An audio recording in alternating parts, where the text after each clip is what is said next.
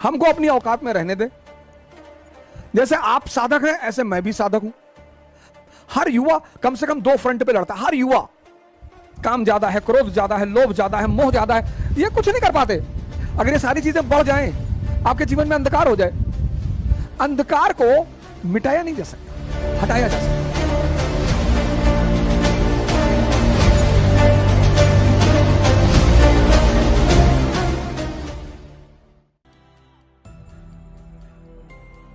इंसान का जीवन है ना, ह्यूमन बीइंग, उसके 2 स्तर हैं।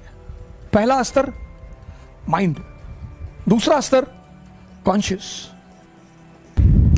इंसान 2 स्तर पे जीता है, मन के स्तर पे।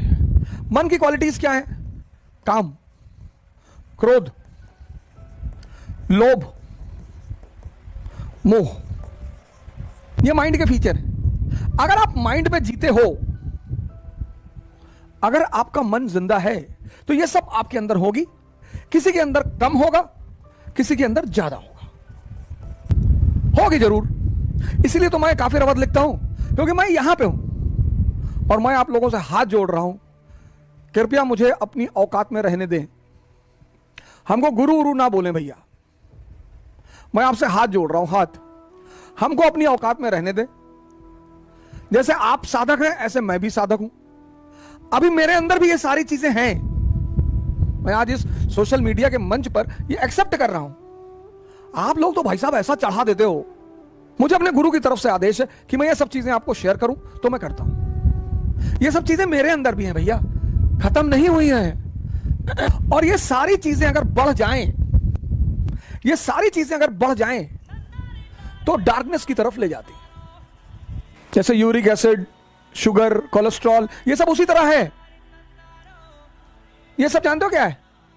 ये सब वही है। यूरिक एसिड है, शुगर है, कोलेस्ट्रॉल है, थायराइड है, ये सब उस तरह से है।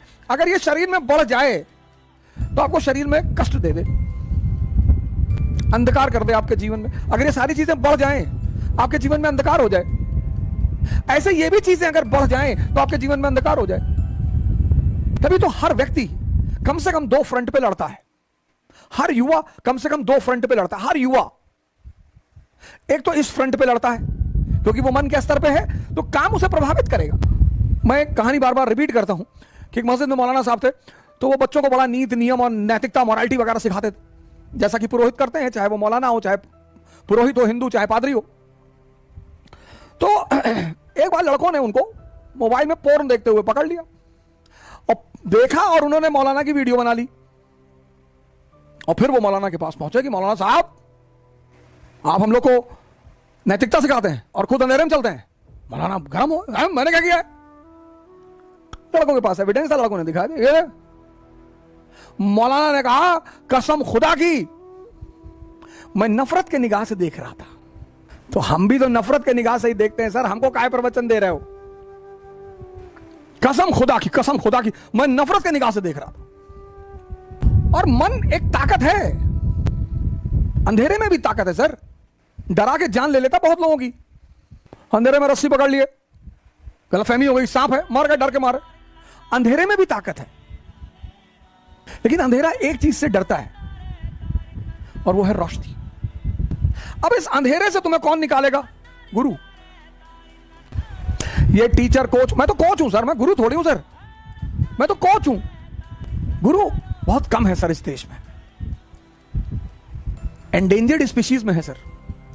हमारे आदरणीय सदगुरु, आप उनको ज्वाइन करिए, ज्वाइन करिए सर, मैं आपसे हाथ जोड़ रहा हूं, ज्वाइन करिए। पंडित श्री श्री रविशंकर, आशुतोष महाराज, मां निर्मला देवी, ऐसे न जाने कितने लोग, आपको ढूंढना पड़ेगा।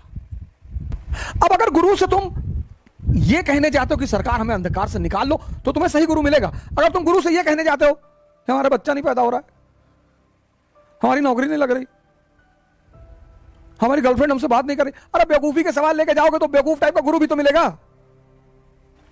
अब जो चेतना है उसके लक्षण क्या है?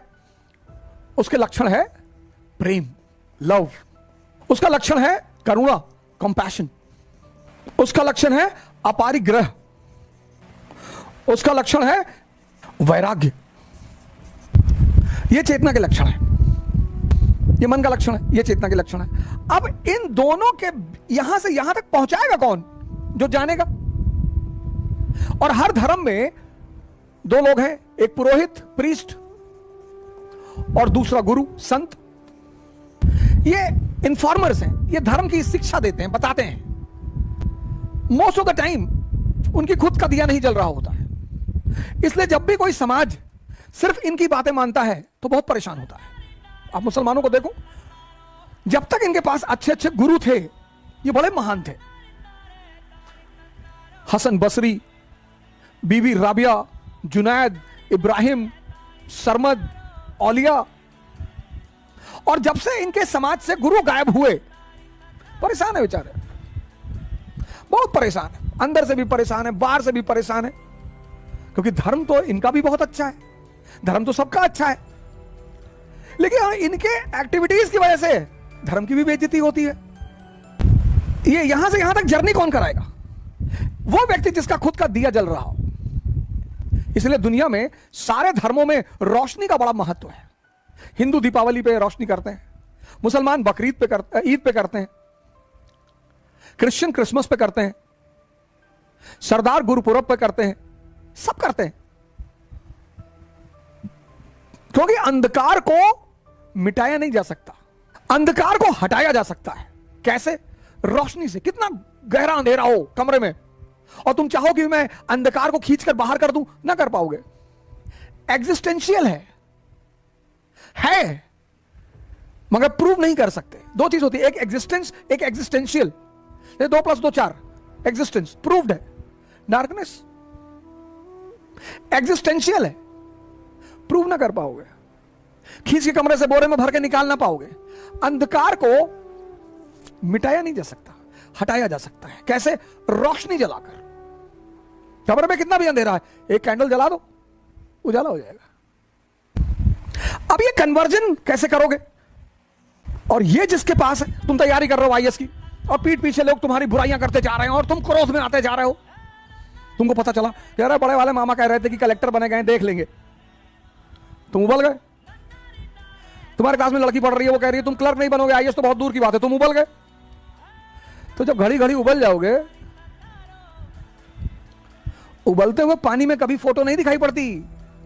तो जब घड़ी घड़ी उबलोगे तो जो पढ़ोगे वो सेव होगा ही नहीं। क्रोध,